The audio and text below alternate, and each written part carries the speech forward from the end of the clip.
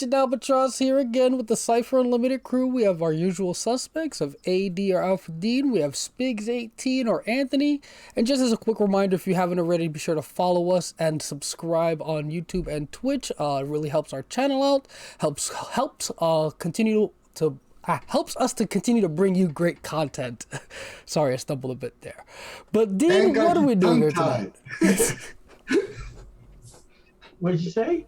Dean, what are we doing here tonight? Okay. Oh, well, boy. let me start out by saying this. We're introduced tonight. We're going to have none other than Stan Brown, or by the more commonly known Stan. This man is a well-known cartoonist, author, game designer that you probably have seen his work, just don't realize you have. Stan has credited work on many great projects in the industry, such as Wizards of the Coast, Dungeons and Dragons, D20 Modern. You know, he's been with TSR Incorporated, Dragonlance, Ravenloft, Upper Deck Entertainment, Marvel Superheroes, Worlds of Worldcraft. He's also done freelance work for companies like HarperCollins Children Books, Paizo Publishing with Pathfinder.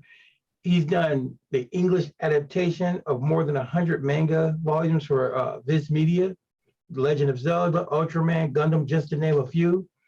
He's the author of novels, short stories, children's books, coloring books, comic books, and enough single-panel cartoons to wallpaper a small house. He is here today to talk to us and, you know, about his exciting new Kickstarter that's out, you know, and just like all things gaming. And the new project that he's working on is called Sympathy for the Devil. So let's give a heartfelt welcome to Stan to the CU. Welcome, Stan. How are you today, man? I'm good. Thank you for that embarrassing introduction that I wrote myself. It's no, it's good. I'm doing good. I'm really glad to be here. Well, we appreciate it. And you know what? Whether you wrote it yourself or not, you know, guess what? It's not embarrassing. That's impressive. Yeah. It's funny, like a year or so ago, I redid my resume, and one of my friends that I worked with at the Wizards said she would go over it for me just to give it another pair of eyes. I gave it back to her, and she's like, I didn't know you did all that. I'm like, you were there for all of it. She's like, yeah, I forgot. Like, well, that's the problem. Yeah, I knew most of your stuff, Stan. I was shocked by the manga stuff because I didn't know that about the Legend of Zelda. That's actually really cool. What's funny to me about that is it's normally like that. Your friends, you know, you do stuff and you're working on stuff, and your friends are right there with you, but they don't pay you any attention. Right. They don't keep track of it. Why should they, right? No, because they're like, yeah, I know I'm going to get a copy. Yeah, whatever. You know, hey, Dean wrote that. You know, Stan wrote that. Yeah, it's great. So, Anthony, let's get this party started, man. Yeah, so, Stan, welcome to the CU. We're happy to have you. I'm so glad you decided to join us. But for our audience that may not know who you are, because you told us off camera you're the most famous person that no one ever heard of, which is an awesome tagline. Can you tell us about yourself and how'd you get into the gaming industry? All right. I'm going to try and do this quick because this can sometimes take a whole hour. But, I mean, I got in like everyone else, right? I was gaming. I started... I find out even in this group, I'm not the earliest starter. I started in '79 when D&D was introduced to me. And so I played a bunch of games, played a lot of villains and vigilantes in college. So I really liked your guys' episode with Jeff D. That was awesome. And I was doing freelance work. One of the guys I knew he worked at the local comic shop and wound up getting a job at Westend. His name is Ed Stark. He went on to work at TSR and Wizards, and and he's at Bethesda now, working on Elder Scrolls. Anyway, he was there and he said, hey, we got freelance opportunities. So I started writing for them, and you know, years went by. I was interacting occasionally, and then there was I went to Japan to teach English. So I taught when that was wrapping up, I was talking to Ed and found out there were some openings at Westend Games, and I applied and I got a position as a graphic designer. And so I came in and I was doing writing and graphic design and editing for Westend. Moved over to TSR, and from there, when Wizards brought us, went out to Seattle, where I'm at now, and worked for Wizards of the Coast. I was a designer and a lead designer, wound up moving up to being a creative director, got caught up in some of the layoffs in the like 2002, and co-founded a company called the Game Mechanics Incorporated with some of the other guys that got laid off then. There's an early third-party PDF company. We did a lot of D20 modern material. So I did that for a while. Eventually, I needed to pay the rent a little more regularly, so I got a job at Upper Deck, moved down to California. I was a writer with them for about 4 months until they said, hey, we need someone who knows how to be in charge of writers. And so then I was back in management again. I was a creative content lead for Upper Deck. Do you know what was your first project for Westend Games that you work on? You remember? The first thing I did for Westend Games was a short story for a Torg anthology. The book was called Mysterious Cairo. I have it over there. I did a short story called The Sands of Time, or The Sands of Change. The Sands of Change. That's awesome. Yeah, and so from there I went on and I co-founded another company called Super Genius Games, which did some stuff for a while. We worked with Monty and Malhavik was Malhavik at that point on some stuff, and then that folded for reasons I'm not going to talk about. But Owen Casey Stevens, who was part of that, started Rogue Genius Games and invited me to come in there. So I've been doing stuff with that. In the meanwhile, I've also been doing the work, as you were pointing out, with Viz. That's been about 15 years now. I've been doing the manga rewrites with Viz and taking projects. And there's a lot of cartooning in there too, but none of that sounds good and name droppy. So I didn't talk about it. So yeah, that's the very, very short version of how I got from there to here. Did a lot of things, worked with a lot of people. I know where the skeletons are buried. You're definitely not lying that it's the short version, because if you go to your wiki, your page is like 8 pages long. That hasn't been updated in 10 years. And it's amazing that that's the short version. Like, you've done so much. It's really cool.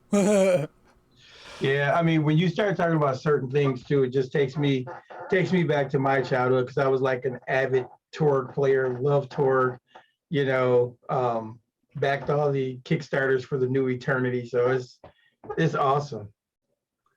Yeah, no, it's I feel very lucky. I've gotten to be in a lot of really cool other, you get to play in other people's yards. I've been in a lot of really cool yards.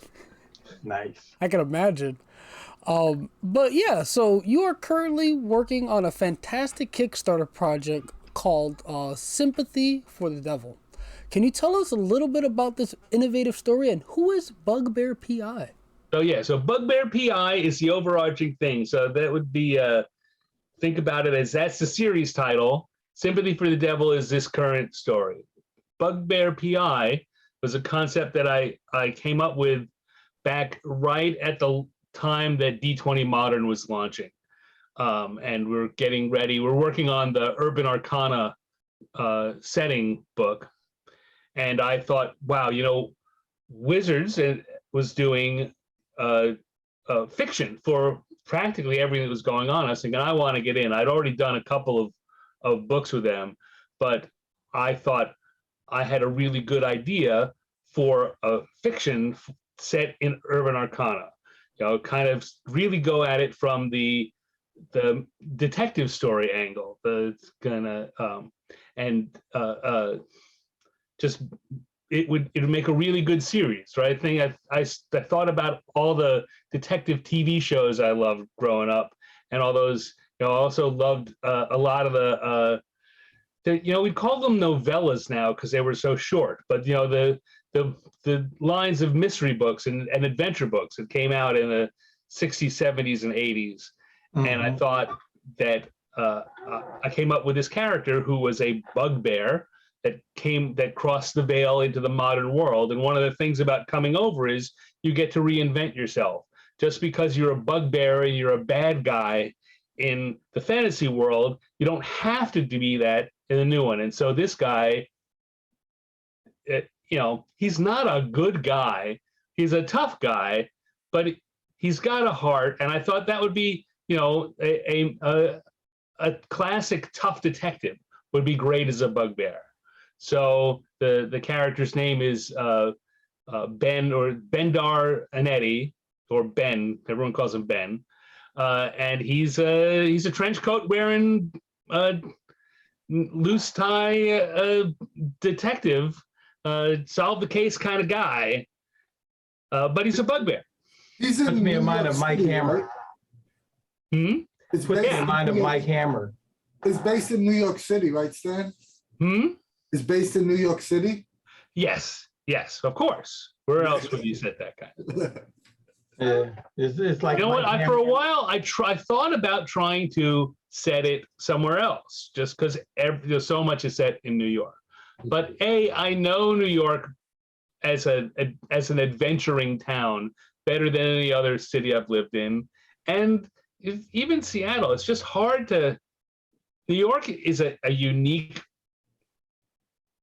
collection of things that are so close together that you can easily tell these stories.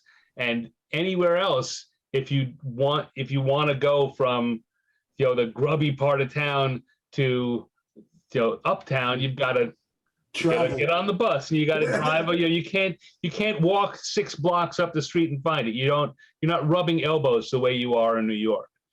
And the idea of these creatures, these not just creatures, but people of various creature types that have come over from the fantasy world and making a neighborhood there, like Little Italy or like Chinatown, like they would have their own neighborhood and that would be okay.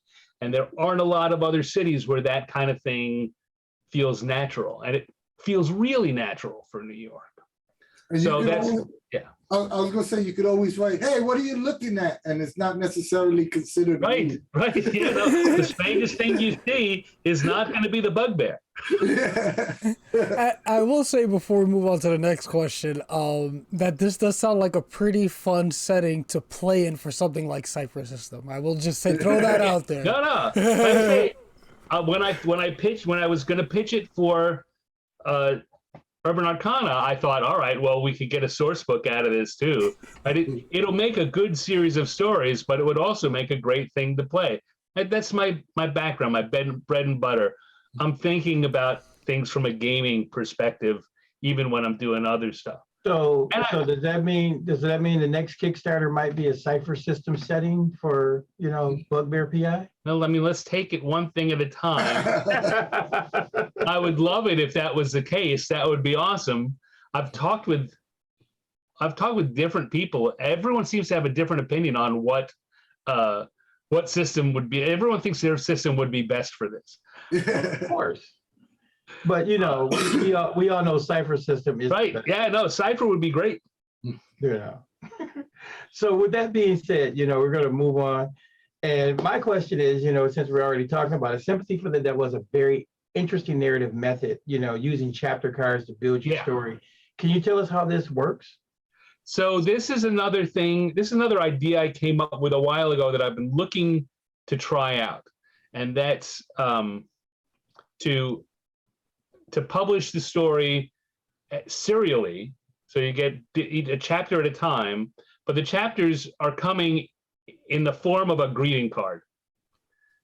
So basically, you'll get a card. This is my Christmas card from this year. You'll get a card. It'll have a new piece of art, which has something to do with what's in it, and then the inside will be laid out like a book on these 3 surfaces, which is bigger than your average paperback.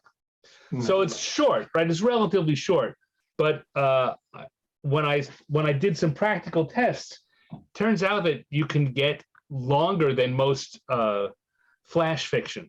Right? You can get 1,000 words on those, and at a decent size, like not micro text. Like it'll feel natural and fun to read.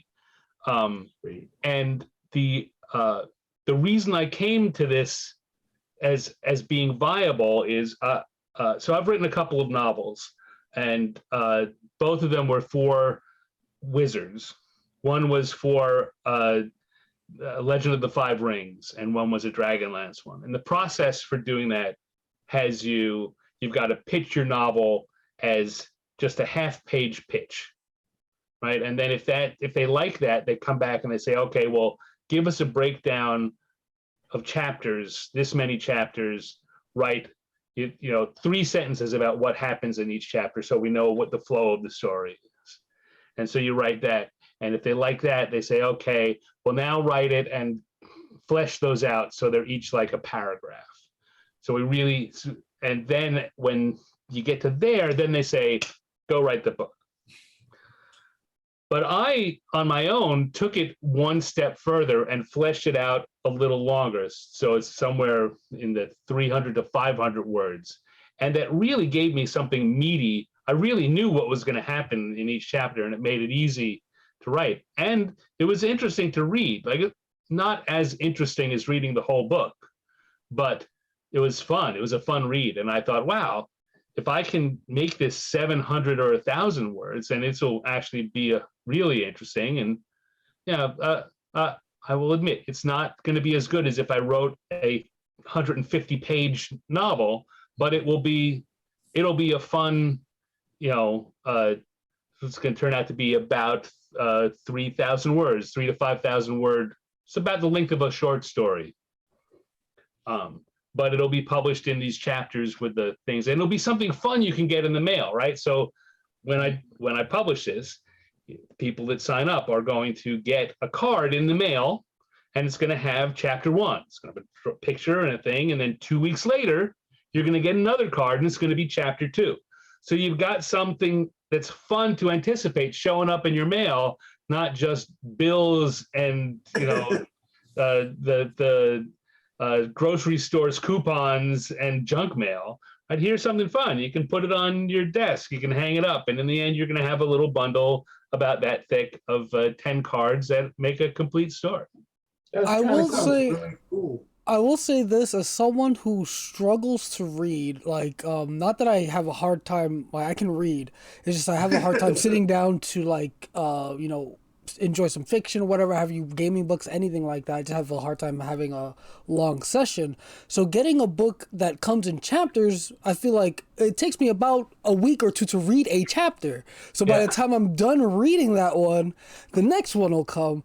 And another quick comment I wanted to make about this is it almost feels like episodic, like TV type thing where you might be left on a cliffhanger and you have to wait the week or two to see what happens next, which again is a really cool idea or concept when it comes to print media or like book type media. It's a very cool concept. I dig it. I mean, it's a perfect lead-in for what my next question is going to be, Stan. Where do you get the inspiration for this idea from? Because it's a really cool concept. Well, I don't know. Like I say, I've been carrying the pieces around for between 10 and 20 years, like these various bits of it, and they came together. I was looking to do something. I was looking for a project to do for this year, and I've wanted to find a way to do Bugbear P.I.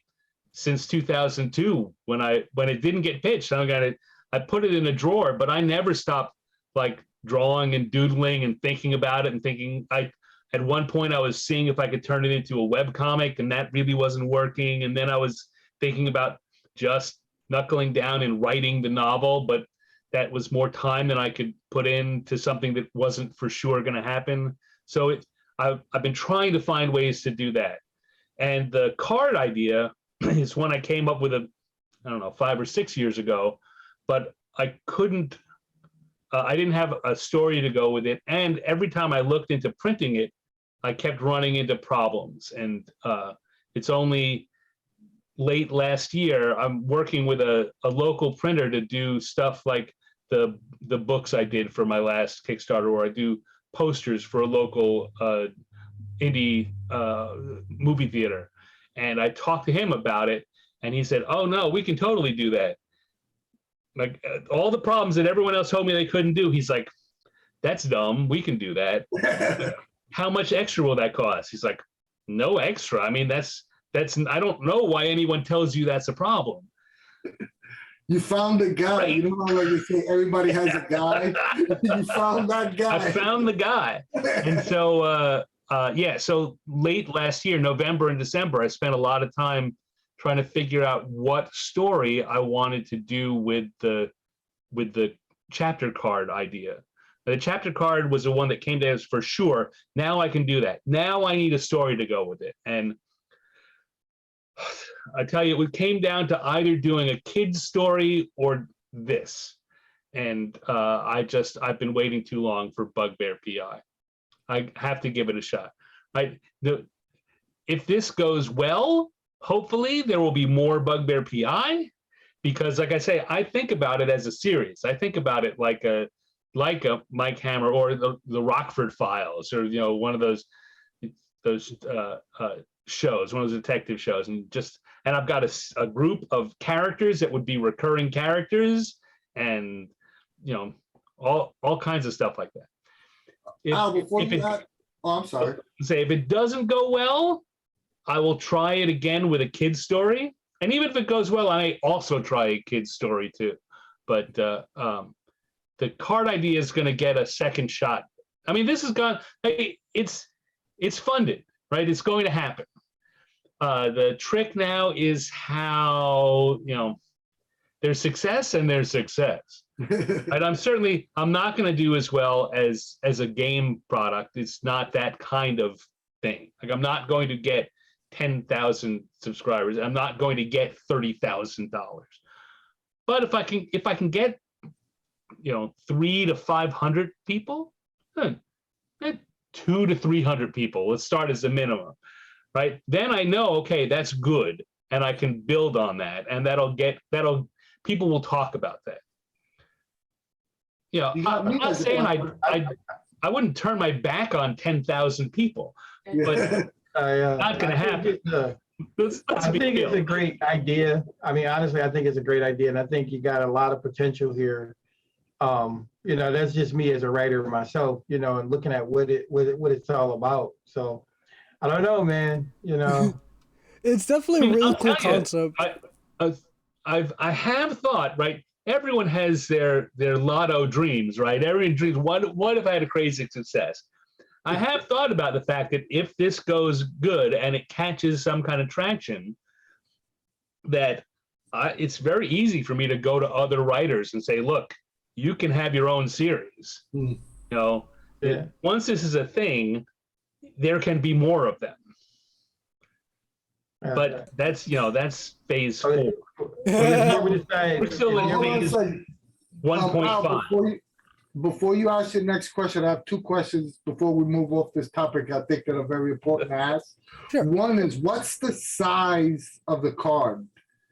They're about 7.5 by 5.5. I don't have that info right in front of me, but they're like this, okay. Right? Like a Christmas card you'd get. And this last question is, because we didn't bring this up, but are you doing everything, layout, art, and writing, correct? Oh yeah.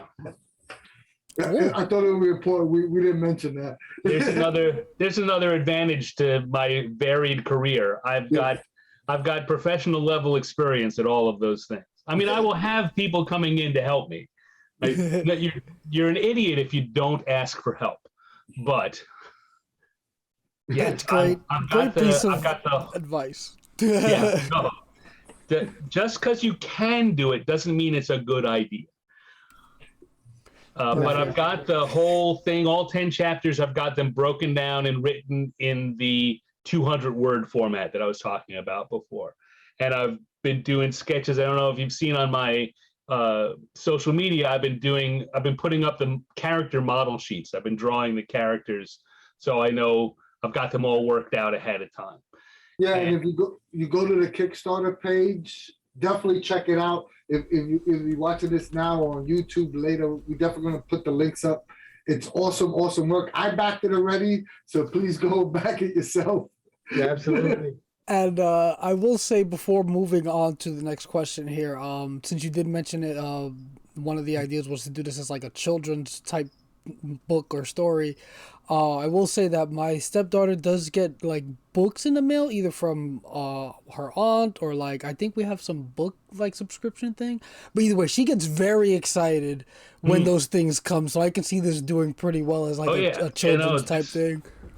If and when I do the kids version, I've got to do some research on how to advertise into those, get into those sites, right? Right now I'm already struggling to get beyond the, we were joking about I'm the famous guy that no one knows, right? I've got a number of people who know about me. I've got a social media group, but getting out beyond that, even in gaming, where I've been for the last 25, 30 years, it's tough.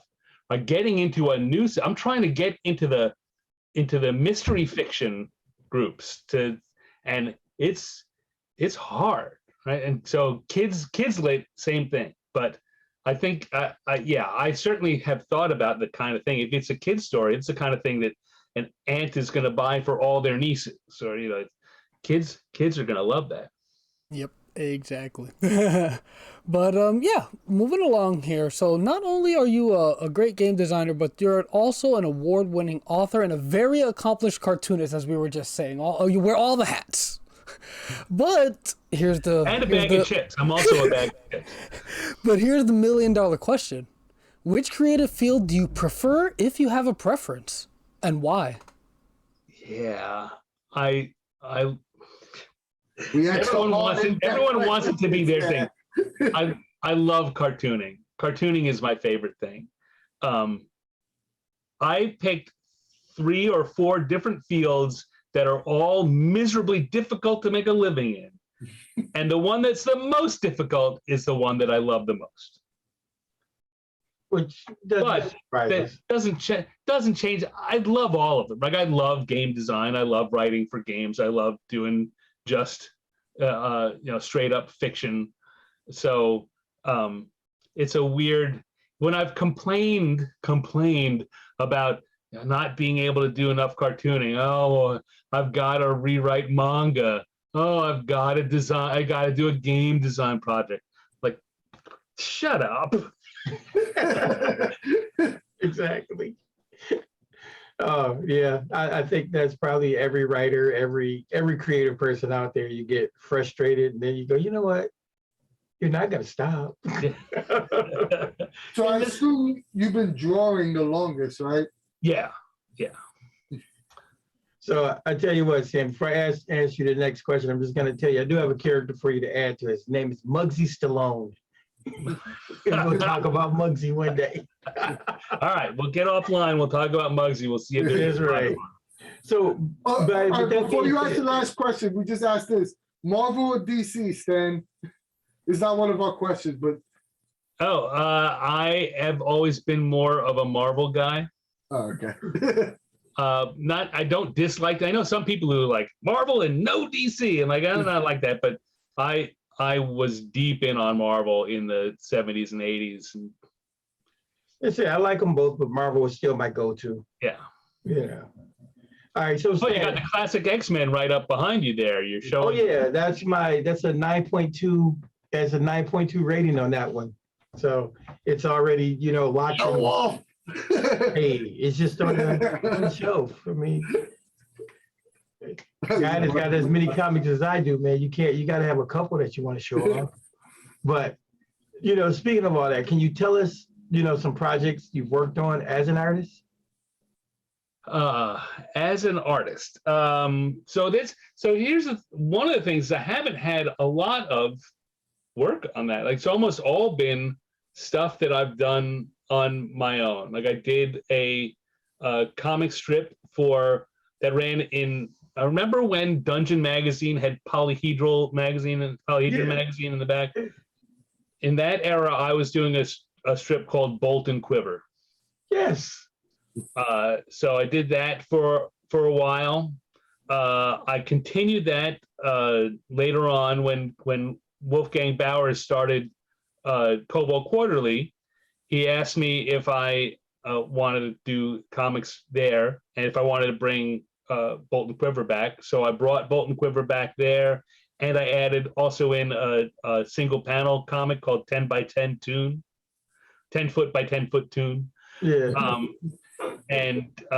I've done spot illustrations for Dragon articles and other things. I did a comic that Monty Cook Games put in the Your Best Game Ever. Okay. I've done character design and other bits and pieces here and there, but as a cartoonist, one of the really frustrating things, I think that I'm really jealous of people like Jeff D. And Errol Otis, and who were working back in the days. I was old enough. I just didn't have the guts. Back in the days when it was okay to put silly drawings in a game book, right? When the things weren't so, images weren't so tightly shaped. Now, the result is the quality of the art has gone up. I'm not trying to say it hasn't, or that there's an IP growth.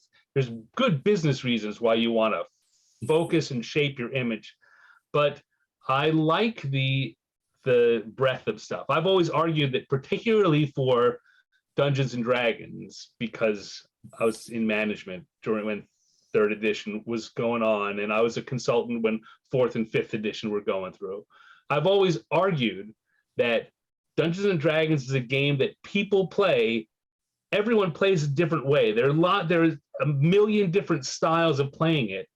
And one of the great things about the first edition stuff, right, they were the cheap artists that anyone could afford, but there was great stuff there, but it was of really different flavors and different styles. And I think that really sells the idea that Dungeons and Dragons is what you want it to be. And that's not just D&D, like it's any game. Like it's certainly the Cypher system could do that. Or, the age products, Modern Age or Fantasy Age, the Green Ronin, any game that's not crafted around a particular story, which doesn't happen as much as it did in the 90s. I think in my heart, there should be room for different interpretations of the same thing, different visual interpretations, just so that it speaks to. There's a lot. I definitely see where you're getting at, because like most modern game books have a uniform look, and the old one, the 1E books, like you had like this ultra realistic, like cross hatching drawing, and then you had this, like you literally had cartoons, right? You had the +5 backstratcher cartoon, right? And if you looked at it across books, if you look at the Monster Manual, which had multiple different pieces of art in it, they varied. From the Lizard Man looked one way and the Manticore looked, you could tell it was drawn by somebody else. So yeah. But it had character. Like a lot of those old, like I definitely get where Stat is coming from. Yeah. Like everything is uniform now. Like it's meant to look like those older books did have like a certain character that you don't see as much today.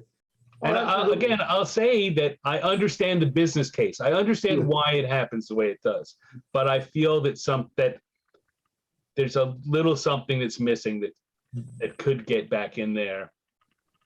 I will say before Anthony moves on to the next question, that sounds like it could potentially be like a fun project or compilation to potentially like put together, where different artists draw the same D&D monster or whatever have you in their own style, and you get that feeling, and then players or people who consume this stuff, they have different art styles to look at, different ideas. So let me tell you about a thing that didn't happen for D&D, and this is for 5th edition. The last time I was I worked at Wizards was in 2016 to 2018, somewhere in there. I was a contractor as a project manager and a producer. And there was one point where they were talking about when they were trying to decide what turned into those printings of the books with special covers, the special, here's just a new look.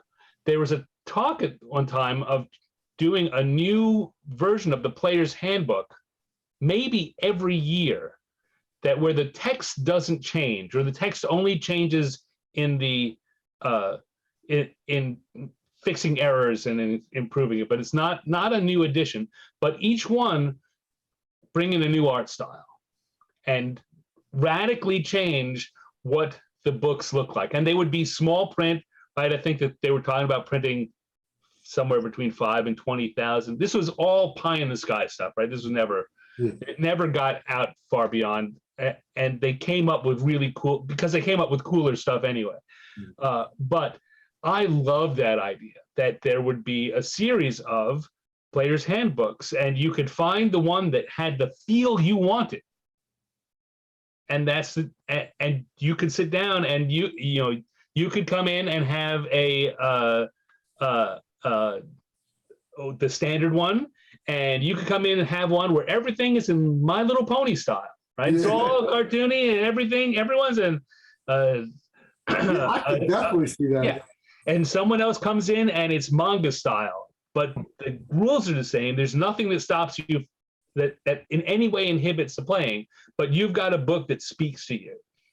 And I thought that would have been great.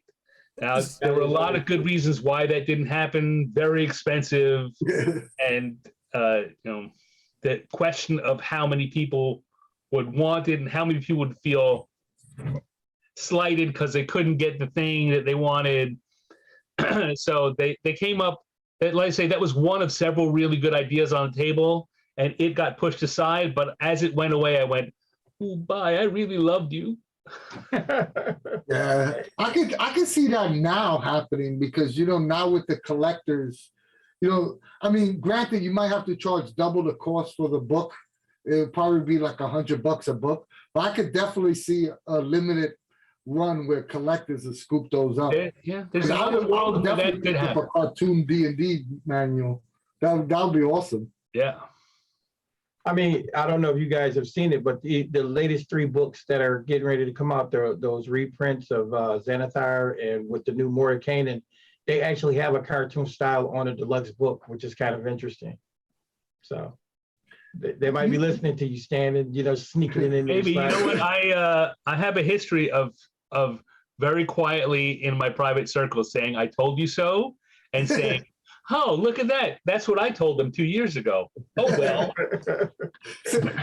Stan, you can always say, "Hey, you got to send me a check." I'm waiting for my check in the mail. There are friends of mine who will say, "You know what? Yeah, you did. From now on, I'm going to listen to you." Doesn't really do much good, but what's that? A consultant fee? Yeah. You had mentioned earlier today that you were working on an exciting project with Evil Genius Gaming. Could you tell us and our audience a little bit about this? Yeah. So so despite the fact that I was a co-founder of Super Genius and Rogue Genius, Evil Genius is not my company. But they approached me because they are putting together a new modern, basically a spiritual descendant of D20 Modern, because it's hooked on the 5th edition games, not the original, and it's made for modern, for the now in gaming. But it's going to be that. It's going to be an open-ended D20, D20, and that is 5th. It's all based on the system reference document. But redone and reimagined for playing modern characters in an action movie setting. Nice. And I think it's evilgeniusgaming.com. I'm still relatively new, so I haven't internalized it. But yeah, so it just recently announced that it's going to happen, and we're looking for playtesters. The game, the core rules are ready, just about ready, almost ready to go to playtesting. I'm talking with them now. It's one of the things I'm working on is organizing the playtesting. And there will be a Kickstarter later in the year. You know what? I'm going to stop here because I'm not sure all the things I can and can't say. I can say for sure that the website is up and that the game is in production and it's coming along great. And we're really excited about it. And we're looking for Kickstarters. So quick question, as far as the people doing the play testing, is there an application out there for people who might want to get in on it, or on the website, there is a page. If you are interested, you can fill out the form and that's your application. Sweet. Well, you heard it here first, people. We almost made Stan break his non-disclosure agreement. Is this close? Well, if I disappear later in the week, you'll know why. A bunch of evil geniuses got him. We'll come in. I know you never trust anybody with evil in a game with that. We'll put together a strike team and set you free. But yeah, since we are Cypher Unlimited here, we definitely love Monty Cook Games products. And we were told that you were part of the playtest for Numenera before it actually came out. So how was that experience, and what were your thoughts of the game back then? That was awesome. As anytime I get to game with Monty is a great experience. I've known him since Lake Geneva when I came to TSR. He was already working, he was on the Planescape and team doing stuff. So we've been friends for a long time, 30 years. Well, not quite, but going on 25 to 30 years. Anyway, that doesn't matter. So I love gaming with him. He's besides being a great game designer, he's a great game master, and he's always coming up with new ideas. So when we first started playing this, and he had worked on Third Edition and run all the stuff at Mel Havoc and done Talus and all of this core D&D stuff, the Diamond Throne. It was all very much that style of thing. So when he came, he said, okay, this is a little different. And he described it to us and we looked at it. I am sure I'm not the only person who looked at it and said, you're kidding, right? But as I'm sure you guys have experienced, all you have to do is begin to play it, and you're like, oh no. Oh, this is brilliant. So it was those early sessions were, he had the game, but this was trying it out for the first time. So I'm pretty sure it was Shauna, and I think Sean Reynolds was in that, and me. There probably were a couple other people who I'm forgetting right now. Might have been nope, blanking on his name, so I can't even say it. I owe someone a beer. So it was great. Kind of the system and the idea, the concept for what Numenera was. I know a lot of our fans would be super excited to been part of that playtest. A lot of our viewers. Oh, absolutely. I was also part of the initial playtest, the initial playthrough for The Strange. I think we recorded those. I think those got taped and were used for promotion for The Strange. So, wow, nice. That's actually seeing a sort of like I don't want to say resurgence, because they're not really printing any more of that stuff, but a lot of people on the server have been talking about The Strange, like in our community. So it'd be nice to see some new stuff. I think The Strange cool was setting. Oh no, go ahead. I didn't mean to interrupt you. No, just that was the end of it. It's a cool setting. Yeah, no, it is. I think The Strange is one of those games. it's strange, you know. You don't. A lot of people don't get it the first time, and a lot of people think, "Oh, that's a little too. That's really esoteric." And I think it took a while for people to really soak it in and get it, and that in game publishing is tough. You need to make your money back quickly because of the way the business runs. So something that soaks in like that winds up being a cult classic, when really, if there was any real justice. Well, it's a good thing about Monty Cook Games being what it is. If there are enough people interested, they can always take another swing. Yeah. Right. I have no inside knowledge. I know nothing. I don't talk business with Monty. We just talk social stuff. So I don't know, but if there's enough interest and enough pressure, they can always dip their toe in. They can always give it another shot. So, the more people who are interested, the more they make themselves known, the more they spend some money. This is important because anyone who's a independent publisher will tell you that the difference between the people who say they love it and the people who are willing to pull out their credit card is where your business hangs in that balance. And so even companies like MCG, right? They need to go where the sales are going to be. There's only so many risks they can take. So yeah, so if that's the kind of thing you like, then finding a way to spend some money on it, to make it clear that you are not just someone who says they love it. You're someone who when the print run is done, you're gonna be there for your book. And then who knows? I know Bruce is still on the team. I know Bruce still loves this Strange. I'm sure he would love to do more stuff for it. I'm totally speaking as a fan like you guys. I don't know, but my gut feeling is the Strange is going to the Strange does have a cult following that's been very active of late.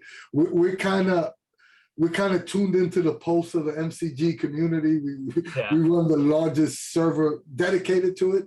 So we are in contact with MCG. I do think that the Strange is seeing a resurgence. And my gut feeling, we talked about this before, is my gut feeling is going to be sooner rather than later. We're going to see something for the Strange. That would be great. I think the Strange, what I really think they should do is probably just do a slap book like they did with, God Forsaken and Stay Alive and Claim the Sky. If they do a book like that, just bringing lore forward, because, like they've said before, the Strange is kind of taken up when you think about how the Cypher System rulebook, the CSR is. Right. It all can still be done. And it's just the lore of the Strange that makes it something different, Right.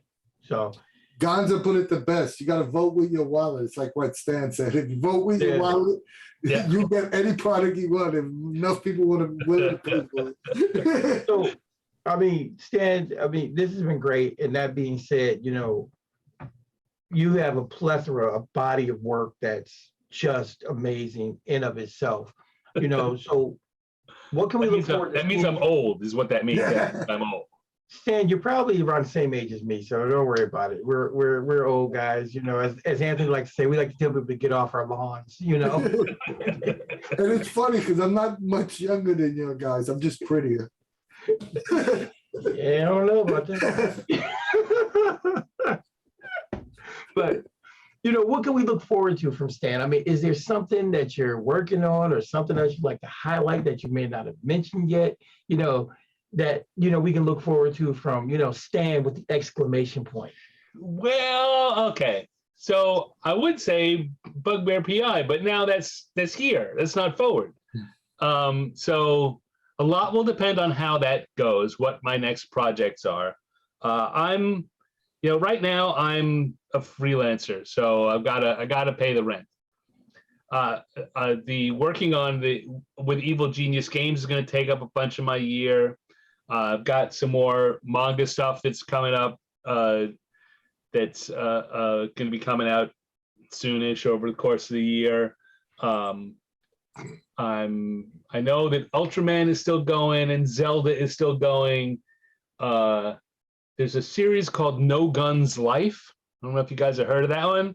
That's a really weird one. I hear it might be wrapping up. I don't know. I think a lot of the storylines feel like they may be reaching conclusions. Oh, Gundam Thunderbolt is another one. If you're manga fans and you're not reading that one, Holy Cats is that a good book. And the other one is Record of Ragnarok. If you guys have heard of this one, it's just come out on anime in Japan this year, I think. And I'm doing the English language rewrites for the manga versions. Yeah, how'd you get that gig, Stan? That's a really cool gig. Well, so a lot of this, kind of like gaming was I knew a guy. So the main editor that I work with at Viz is a guy that I met in Tokyo when I was living in Japan teaching English. So when I was there was no gaming, and I wanted to game. So I took out an ad in the free ad in the paper, and I made up a name for a game for Japan's International Gamers Guild. And turns out the same week another guy was putting together a war gamers group, and so we joined up and kept my name was better, so we kept JIGG Jig was the name, and the Jig is still there. It's still going in Japan now. In fact, it's going. They've got different pockets in Tokyo and Osaka and all over the place. But one of the guys I met is named Mike Montesa. We became really good friends. We gamed a lot over those 5 years. I came back to work at Westend. He wound up coming back, I don't know, 5 or 6 or 7 years later, and wound up as an editor at Viz. And so I think it was when my upper deck job was kind of falling apart that he called me and said, "Would you be interested in doing some of this?" And I said, "I get to work with you? Awesome!" Nice. And so that's worked out really well. I say that was like 2006 or 7, and I've done over 100 volumes at this point, maybe getting to 150. So Stan, do you speak Japanese? Only a little. Oh, okay. I don't do translation. This is the weirdest thing about what I do. I don't translate the books. I know enough Japanese to be able to look at some of it, and occasionally when there's a question, I can figure out the answer myself. But what I get is someone else does the literal translation, but it's not good enough to put in the book, right? It's correct, but it's not fun to read, or it's too dry, or it doesn't fit. So I get the book in Japanese and the translated script, and I rewrite the script so that all the words fit in the balloons, and they're fun to read, and it feels like something it's not just correct, it's good. I'll pat myself on the back and say it's good. So that's really cool. So I didn't know that was like, I mean, I'm sure there are translators who also do this, but I didn't realize that's one thing that you could just do. You're handed the translation and then you handle the localization process because you happen to be good with flowery words or whatever have you. That's really cool and interesting. I did not know that. Yeah, it's not, I mean, really the preference is to get a translator who's a good writer, but those aren't always the same skills. Like, I know people that do this for Pokemon and for Microsoft, right? They don't speak any Japanese. They just live around here in Seattle. They work for the companies, and their job is, so a new thing comes out, they get the translated script and they rewrite it for the English audience. We have one question from the audience, and I think this is a pretty good question. They ask, who was your inspiration coming up as an artist and game designer? So,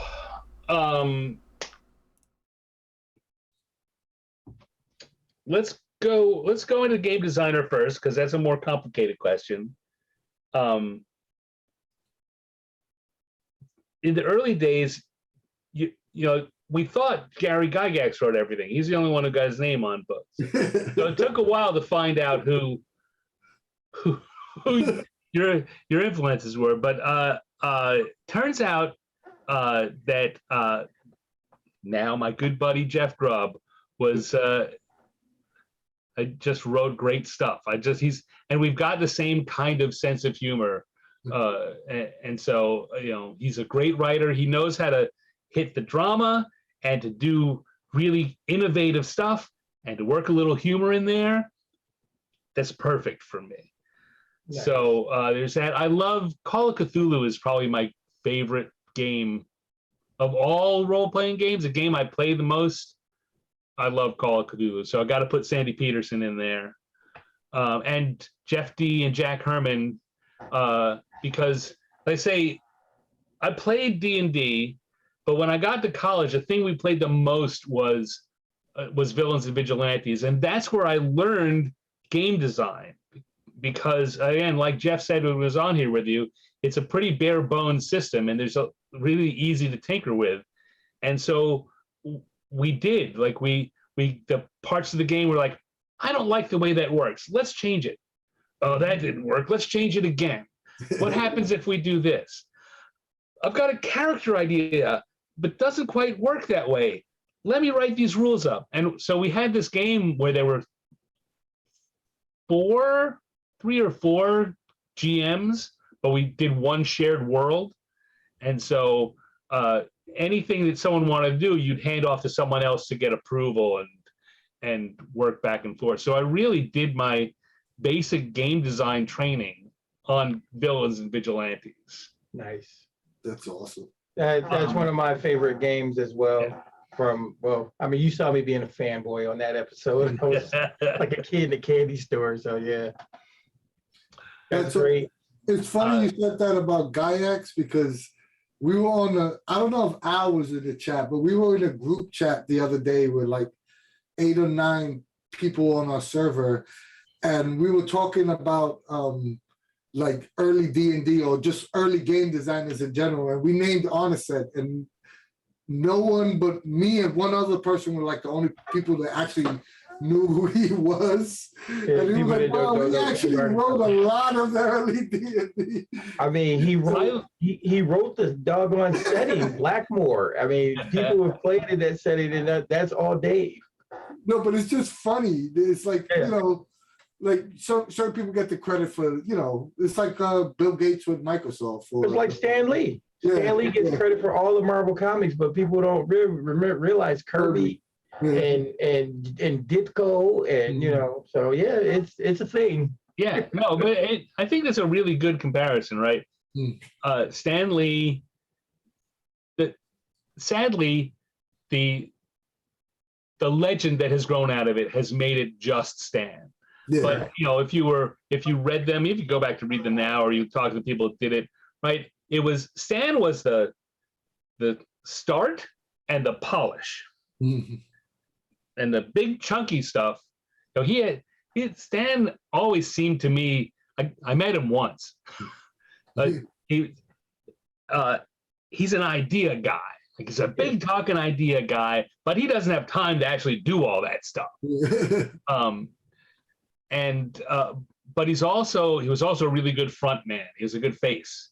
That's it. The front man. Yeah. So yeah, and I think Gygax has some of that too, right? D&D to what it was would not have happened without Gygax and Arnis. Gygax was much more interested and much better at pulling it all together, getting more people to do more stuff. And he was also good at getting it out there and letting the world see and being the and he wasn't a Stan Lee style face man, but he was a gaming style face man, and he knew to put his name front and center on everything. That's exactly what I said. I said, you needed someone like Guy X, because you need that person that is outgoing and is willing to say, hey, check this out. Hey, talk to everyone. And it's similar to Stan Lee, the Excelsior. You need that front man. Yeah, you need that basically that person that's going to promote, and their personality, like you said, and that's what it was. Stan was a personality. He could draw you in. I met him at a couple of conventions myself, and it was the same thing. He'll draw you in and mesmerize you, and like he didn't. Greetings, true believers. Come on over here. I'll tell you how I invited Spider-Man.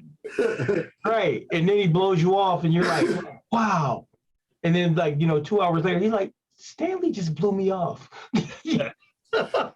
Let's move on to our rapid fire questions, Stan. Here's where we dig. You ready for this? Here's where we dig deep into your soul, right? We pull out your essence. We stretch it on the table for the whole world to see. These are our 9 world famous rapid fire questions. Are you ready? I am ready. Who goes first? Me? You do, man. Player or GM? Oh yeah, rapid fire. Who goes first? Player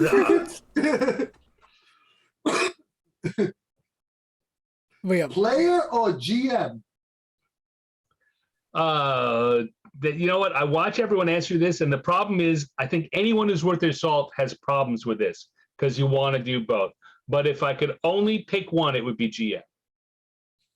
Good answer. Pull punches or TPK? The answer to that depends on whether we're at home or at a convention.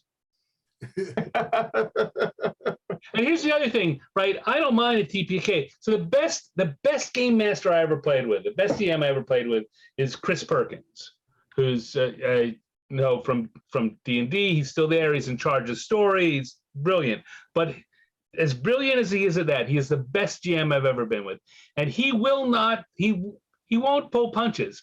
But anytime someone dies, he doesn't have to struggle. He's got he'll meet you afterwards to go, do you want to make a new character, or do you want to keep playing your character? Like, I just had my head cut off. Don't worry, I got it.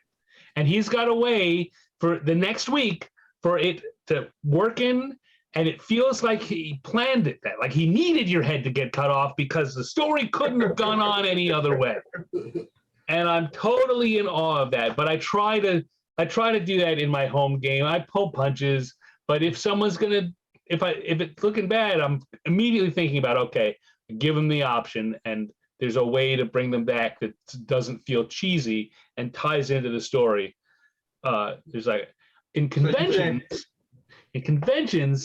people want to get killed because they don't. And here's my theory: they don't get to do that. They're invested in their players at home, and they want to go total, balls to the wall at a convention. And if they die, it's okay. And so I started getting a reputation as a killer DM at when Gen Con SoCal was going on, right after I'd been doing stuff for the demos for Wizards for years and whatever. I would let it happen. They'd give them big heroic deaths in a half-hour game, and they loved it. And so people, I wound up talking, like I'd say, okay, I've got a game going on in an hour, you can come and join it. And someone come by, watch out for him, he's a killer DM. Don't let them die like punks, though. They gotta go out. Let them go out with a big heroic death, and they love it. Or if they go out like punks, make it really funny, and then they love that too. As long as they've got a story. That's right. You gotta have enough story to tell. Right. So online or in-person gaming?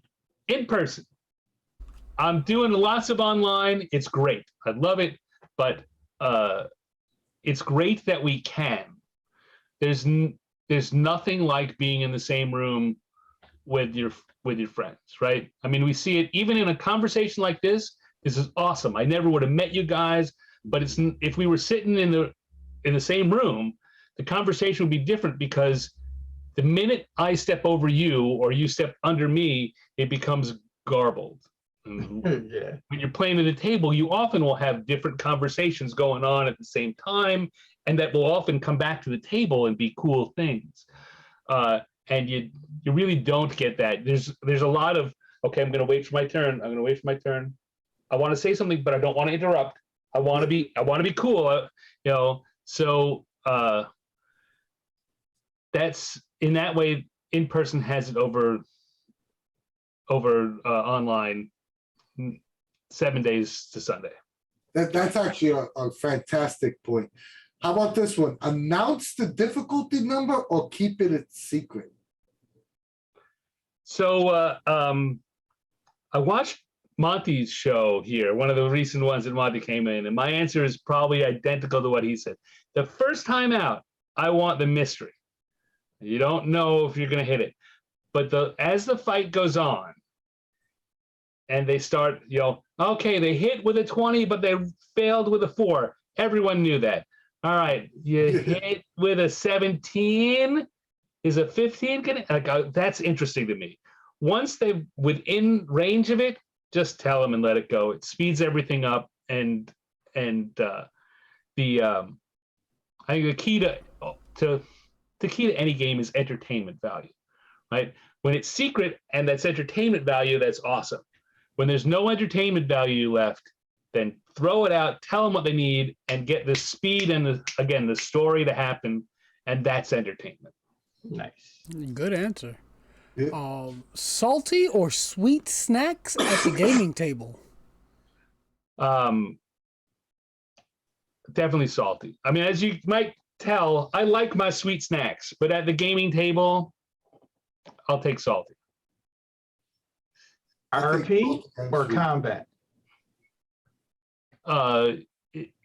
Is that really a line? I mean, does that have to be a line? I don't like. All right, I'm gonna go. Usually I'm a very I'm not a politician, but I like to give answers, and I don't like to dump on other things if I don't have to. But I'm gonna dump on something here, just to say in that I don't like it. My problem with 4th edition D&D was that it was all combat. You could have social, you could have role playing, but if your books were on the side and it didn't matter. And the whole game was combat. And when you got into combat, then you were in the books and you had cards in front of you and you were playing stuff and and I love that in a board game. I hate it in a role playing game. Exactly. So, however, in a good system like Cypher, like any of the modern D&D versions, if they're run by a good DM, both are happening at the same time. Like, you can still do a role. There should be more than the orcs walk in and you beat them and roll. Again, I mean, the word I've been using all the time is story. There's no story in that. So you want things to be going on, which means that you're role-playing. Like, it's a role-playing encounter. It's just that there are sticky swords. There's death and blood, but it's still characters are acting it out. I always say I don't like combat for the sake of combat. I don't want it just because I want to roll dice. There should be a meaning. There should be a story in it. And you just said the same thing, which is awesome. No, you know what? Just to kind of I kind of really dumped on 4th edition there. But the thing is, I like 4th edition as a board game. I would rather play 4th edition than Descent, and Descent is a good game. I'm not knocking that either. But this 4E, whenever I played it, yeah, it's a board game. Yeah, I mean, when your mechanics are one-sided, right? And it's only like they don't. 4E didn't have anything that encouraged RP, right? So when someone picked up the book, that was what their focus was on. But some of the mechanics in 4E are the best mechanics of 5E. Yeah. Well, no, you guys hit the nail on the head. What's crazy is that if you look at the 4E Dungeon Master's Guide, it was brilliant. It taught you how to DM. It talked about RP. It talked about everything, but it just wasn't part of the game. Right. I'm not. Like I said, it's weird in that I'm totally throwing shade, but I'm not knocking the game. It was a really good game. It just wasn't what I wanted in my D&D. Exactly. Speaking of books, PDFs or physical books?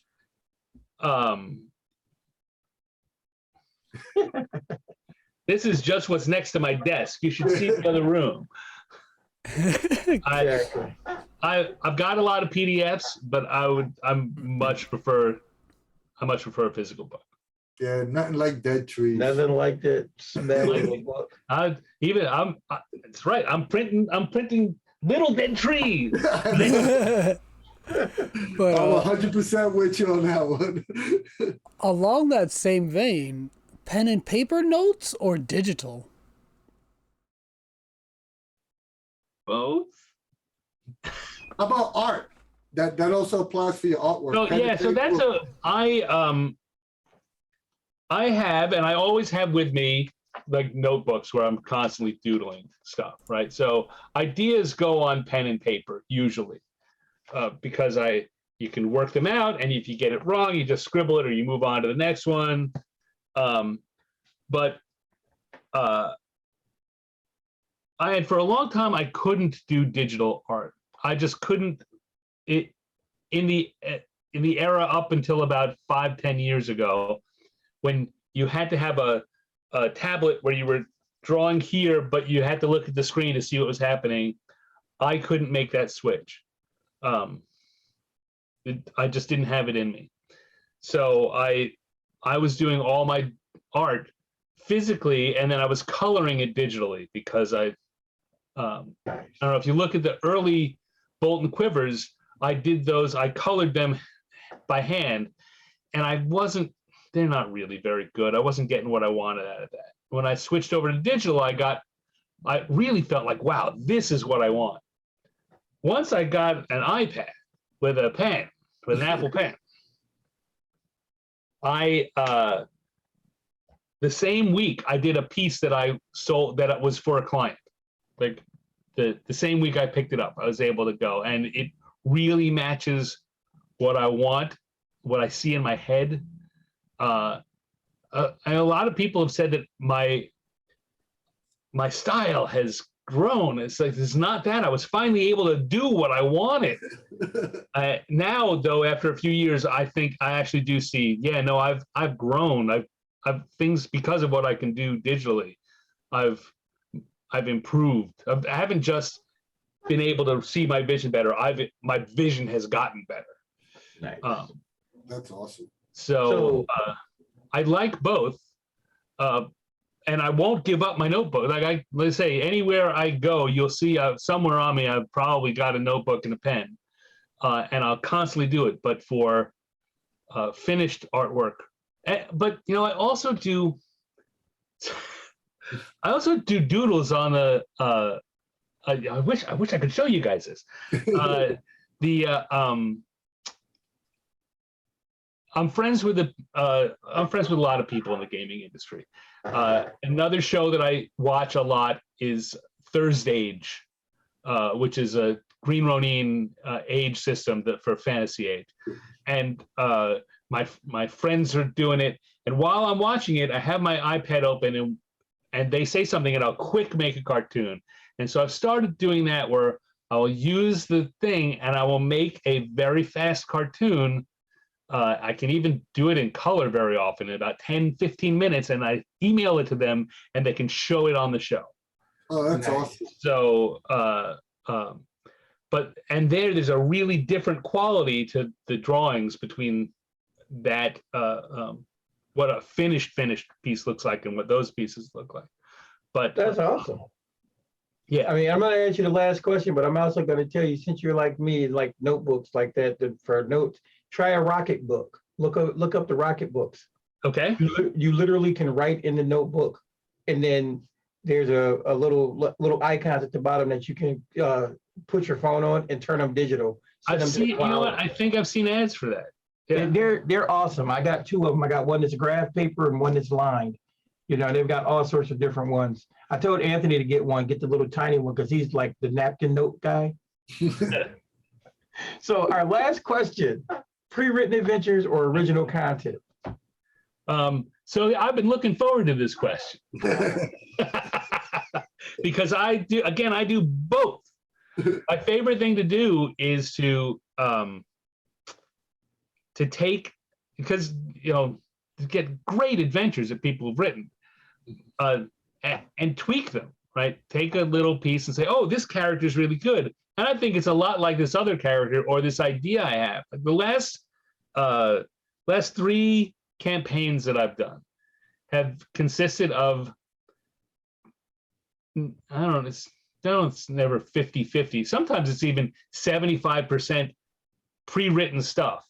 But I write the stuff that goes between it, and I tweak the stuff that's there. And I get something that I never would have had time to put together this whole campaign on my own. But as it was, I could put together a 6-month campaign that feels sweeping and epic, because I had these pieces that I could do, and then I just have to create the bridging material. It's not even bridging. Sometimes it's, you know, the most core important underlying material, and I've got to write usually the conclusion, the last couple of adventures or stuff like that. If I could only choose one, I'd want to write my own stuff. But you know, like they say, a good writer borrows from earlier writers, and a great writer steals outright. Yeah. I feel like that for my GM. Like, maybe I'm saying I'm a great GM and I don't deserve it, but I steal outright. I love that answer, because, you know, we've asked this question to multiple game designers, and most game designers give the do as I say, not as what I do, because they always say original content. But I will understand why, because you spend your whole time writing adventers.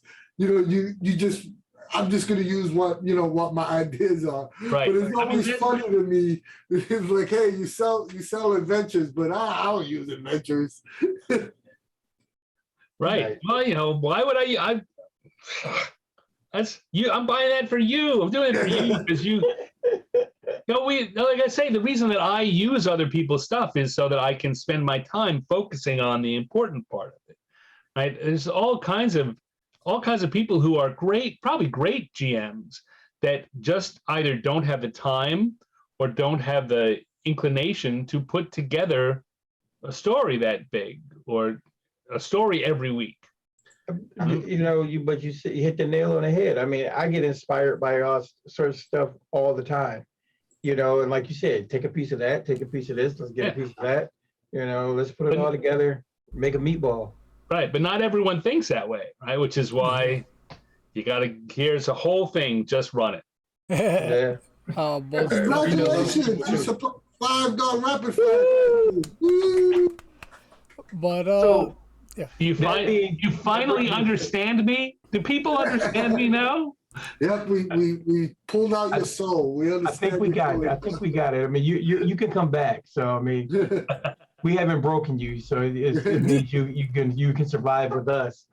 But you know, we've had a great discussion. I want to say thank you again for coming on, Stan.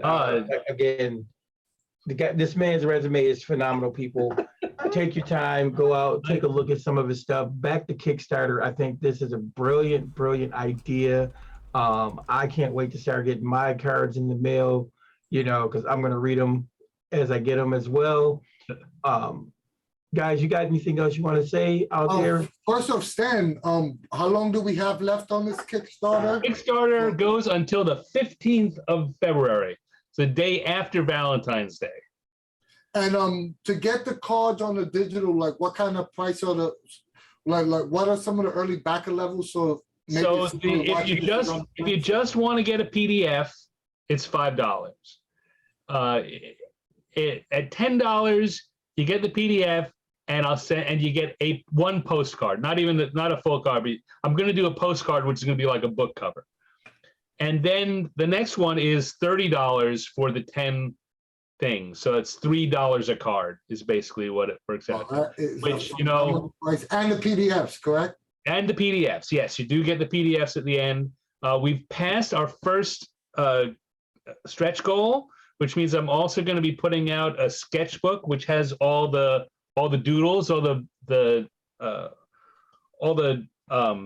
Bugbear P.I. Doodles I've done over the last 15, 17 years. And if we do it further, I'm going to put in all of the development art, and I'm going to write essays about the production of what I was thinking, how it came together, and there's going to become an ebook called the Art of Bugbear P.I. Nice. Yeah, me personally, when I saw the $30, the value for that is phenomenal. You're gonna get 10 delivered in the mail. You're gonna get the PDFs. I saw something about a signed copy. You get a signed one. Yep. First 100 backers. So please jump on that. That's what I jumped on. So please jump on that. You know, you can't beat that with a baseball bat. So like I always say, so please go and subscribe to that. And yeah, I hope everyone goes and stand from us at the CU. I just want to personally say thank you. I learned so much, and we truly appreciate you coming down and chatting with us. Oh, I had a great debate. I can't believe how fast this went. Yeah. So yeah, I will come back anytime and tell more stories. Like I thought, with everything that's been going on online this week, I thought for sure you were going to want to talk about Westend and Star Wars and all that. Yes. I got some stories about that. I'm just saying. We definitely have to bring you back on for that. Al, you want to say something before I close this out? I mean, before I do my little spiel? Yeah, just real quick, I do have the links in the chat here, and they will be provided in the YouTube description tomorrow when we post it. But how can people find you online? Okay. What websites would be good to view your stuff? Good question. So I am on Facebook and Twitter and Instagram and Patreon, which is another way, if you just want to give me some money. All of them are Stannex, STANNEX. So I've been lucky to grab that name everywhere I've gone. So that makes it really easy. STANNEX, most of the things. I don't take new friends on Facebook anymore because it's filled up and all that, but everything I post is public. So you can follow me and you'll get it all. It works out like that. But Facebook and Instagram are the two places I'm putting stuff out most frequently. And the Patreon kind of behind the scenes stuff, and still trying to figure out exactly how to get the most bang out of that. evilgeniusgaming.com is where that new modern RPG is happening. And the Kickstarter, if you want an easy URL, it's newstanproject.com. So I bought that so I can, after this is over, I'll close it down and put it away until I do another project, so I can keep using that. And it's easier than trying to remember some stupid long Kickstarter URL. Oh, that's a great idea. Newstanproject.com.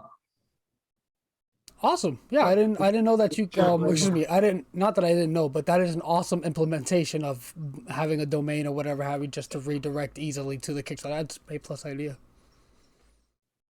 All right, so you guys, you heard it. You only got 8 days left, so Come on, please. Yes, please. If not, we coming to your house with a bugbear. You don't want to be visited by Ben. If you like us and you like what we do, be sure to join our Discord server. We have the largest fan-run Discord server for all things Monica Games, and it's chatting about gaming, and games are being run there at all times. If if Discord is not for you, you're not a fan of Discord, join our Facebook group. It's not as big as our Discord, but discussions are being had there daily as well. Subscribe to our YouTube channel. Give us a like, share, and subscribe. If you miss any of our Twitch shows, it gets uploaded on YouTube the following day. We're trying to get 1,000 subs there. We'll really appreciate it. If you do, we almost have 4,000 on the Discord server or 1,000 subs. We're doing a free giveaway for whichever one that hits. So come on, support us on either one of those platforms. If you want to give us a donation on a Ko-fi, it'll be greatly appreciated. Our videos are always free, but it helps us out with little things like Zoom calls.